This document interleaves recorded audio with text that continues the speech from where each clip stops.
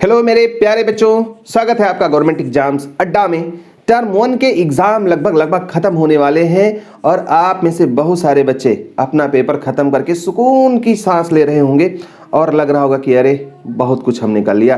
लेकिन आप में से ही बच्चों बहुत सारे ऐसे बच्चे हमारे हैं जिनका पेपर यार उतना अच्छा नहीं हो पाया जितने की उन्हें उम्मीद थी और जितना वो सोच करके गए थे, जितना पढ़ करके गए थे। हमें पता है कई सारे बच्चों ने दुर्भाग्य से, गलती से, मिस्टेक से OMR ही गलत फिल कर दिया और उनके क्वेश्चंस ही चेक नहीं हुए। अब आप में से तो लोगों को नहीं पता है, लोग कह रहे हैं चेक हो जाएगा, ऐसे है वैसे है। चूंकि हम लोगों को पता है कि कितने क्वेश्चंस को बाहर कर दिया गया, बच्चों ने बॉक्स खाली छोड़ दिया, उसकी वजह से बाहर हो गए। बच्चों ने बॉक्स के बगल वाला गोला भर दिया, उसकी वजह से बाहर हो गए।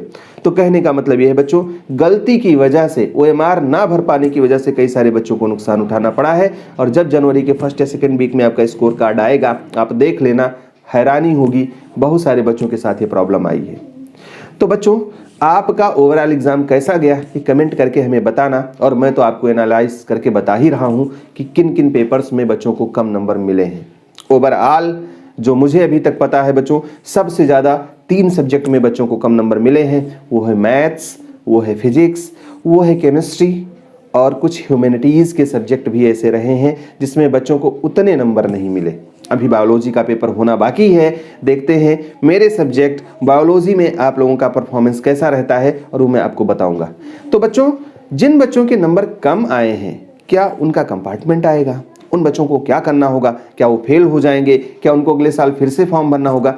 इसको लेकर के बहुत सारे लोग डरा रहे हैं, लेकिन आपको डरने की ज़रूरत नहीं है बच्चों। मैं हूं ना, मैं तुम्हें करेक्ट इन्फॉर्मेशन दूंगा और एग्जैक्टली सही बताऊंगा। देखो, एक तो कुछ क्वेश्चंस पे जनरल मार्किंग हुई है। CBSE ने कहा कि हम एक्सपर्ट कमेटी बैठाएंगे, उस कमेटी के मेंबर जो डिसाइड करेंगे उन क्वेश्चंस को या तो हटाया जाएगा या तो जनरल मार्किंग की जाएगी, या जो भी डिसीजन होगा सबके लिए होगा। और आपने देखा होगा पिछले कुछ दिनों में CBSE ने कई सारे सर्कुलर्स जारी किए हैं जिसमें बताया ये पैसेज हटा दिया गया, ये क्वेश्चन गलत था, इस क्वेश्चन को हम कंसीडर नहीं करेंगे। मतलब बहुत सारी बातें ऐसी हुई हैं। हेलो बच्चों, आप लोग मोबाइल या लैपटॉप पर गेम्स तो खेलते ही होंगे, बट क्या आपने कभी अपनी लाइफ में कॉम्पिटिटिव गेमिफाइड बैटल दिया है? एक ऐसा बैटल जहां पर आप लाइव थाउजेंड्स ऑफ लर्नर्स के साथ कंपीट कर सकते हो और साथ ही स्कॉलरशिप्स और मेरिट सर्टिफिकेट्स भी जीत सकते हो। ये सब पॉसिबल है अब अनअकैडमी कॉम्बैट में, जिसमें इंडिया के टॉप एजुकेटर्स के थ्रू फ्रेम क्वेश्चंस होंगे in both English and Hindi. Real time leader board generate होगा after every question. Personalised score and rating से आप अपना परफॉर्मेंस इवेलुएट कर सकते हैं। डिटेल्ड वीडियो सॉल्यूशन मिलेगा हर क्वेश्चन का, और सबसे इंपॉर्टेंट टॉप परफॉर्मेंस को मिलेगा merit certificate and you can win scholarship worth ₹1 crore. तो this Sunday let's revise, practice and win. ये कॉम्बैट एक फ्री लाइव टेस्ट है जो क्लास 6 से 12 तक के स्टूडेंट्स दे सकते हैं हर संडे अनअकैडमी के ऐप या वेबसाइट पे। टोटल 30 क्वेश्चंस होंगे जिनमें से 45 से 60 मिनट्स में सॉल्व करना होगा। क्लास 6 से 8 तक का टेस्ट टाइमिंग होगा 12 बजे से, क्लास 9 से 10 तक का है 11 बजे से, और क्लास 11 और 12 का टेस्ट होगा 1 बजे से। बच्चों, CBSE क्लास 12 के final term exam biology subject के 18 दिसंबर को होने हैं, जिसमें बस कुछ ही घंटे बचे हैं। तो अभी ज्वाइन करें अनअकैडमी पर फ्री और लाइव रिवीजन सीरीज। इसके साथ ही में आपको मिलेंगे इंटायर सिलेबस का रिवीजन और exam preparation strategies paper analysis के साथ। तो बच्चों, डिस्क्रिप्शन में लिंक दिया हुआ है, मेरा कोड GEA यूज करें एनरोल करने के लिए एकदम फ्री में। इतना ही नहीं, इस कोड से आप कोई भी सब्सक्रिप्शन बाय करते हैं तो आपको मिलेगा 10% ऑफ। तो आप में से जिन बच्चों के नंबर कम हो गए हैं, कम तो नहीं होनी चाहिए थी क्योंकि ऑब्जेक्टिव टाइप का क्वेश्चन था और आप थोड़ा सा भी धैर्य से एग्जाम देते तो बढ़िया होता, लेकिन अब कम हो ही गया है। तुम डरो मत बच्चों, तुम्हारा कंपार्टमेंट नहीं आना है। तुम्हारा एक्चुअल में रिजल्ट आएगा, लेकिन वो रिजल्ट के तौर पे नहीं आएगा कि तुम पास हुए हो, तुम फेल हुए हो। तुम्हारा स्कोर कार्ड आएगा, मतलब तुम कितना नंबर पाए हो ये CBSE प्रिपेयर कर रही है, और पास और फेल होने वाला रिजल्ट तुम्हारा टर्म 2 एग्जाम के बाद आएगा। उसमें अगर तुम पास हो गए तो पास, अदरवाइज एक सब्जेक्ट में फेल हुए क्लास 12 के बच्चे तो कंपार्टमेंट, एक से ज़्यादा में फेल हुए तो RT या फेल, और अगर क्लास 10th के बच्चे हैं तो 2 सब्जेक्ट में भी उनका कंपार्टमेंट देने का मौका उनको मिलता है। अब कंपार्टमेंट में क्या होता है, 3 बार CBSE मौका देती है आपको फिर से पास करने के लिए। एक तो अगले साल जून जुलाई में मौका मिलेगा, उसके बाद में फिर अगर आप पास कर लेंगे देन इट्स वेरी गुड, नहीं पास कर पाए तो उसके बाद अगले साल के बोर्ड एग्जाम में, मतलब 23 का बोर्ड एग्जाम देने को मिलेगा, कंपार्टमेंट 2 कहलाएगा वो।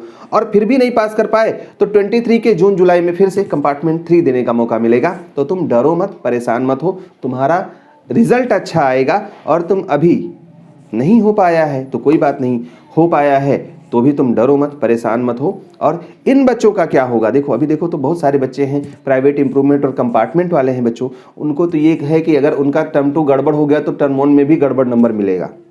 उन बच्चों से देखो तो कहने का मतलब ये है कि जो क्लास 10th के बच्चे हैं उनका इंटरनल असेसमेंट, मतलब जो 20 नंबर का इंटरनल असेसमेंट है वो और प्लस थ्योरी का जोड़ करके 33 मार्क्स होने चाहिए। जो क्लास 12 के बच्चे हैं उनको पास करने के लिए क्या है, अगर आपका कोई सब्जेक्ट है जिसमें थ्योरी है और प्रैक्टिकल अलग अलग है तो थ्योरी में भी आपको पास होना है और प्रैक्टिकल में भी पास होना है। अलग अलग 33% मार्क्स आपके होने चाहिए और ओवरऑल भी 33% से ज़्यादा होने चाहिए। फॉर एग्जाम्पल अगर आप फिजिक्स में हैं तो 30 नंबर का प्रैक्टिकल होता है, 70 की थ्योरी होती है, उसमें 23 मार्क्स आपके थ्योरी में ओवरऑल होने चाहिए और उसमें से प्रैक्टिकल में तो कोई फेल ही नहीं होता, उसकी खैर बात ही छोड़ो। तो कहने का मतलब कि थ्योरी में आपको ध्यान रखना है कि थ्योरी में 23 से कम ना होने पाए उन सब्जेक्ट्स में जिनमें आप लोगों के 70 नंबर के थ्योरी का पेपर होता है, जिसमें ओवरऑल 80 का पेपर होता है, जैसे मैथ्स है, हिंदी है, इंग्लिश है।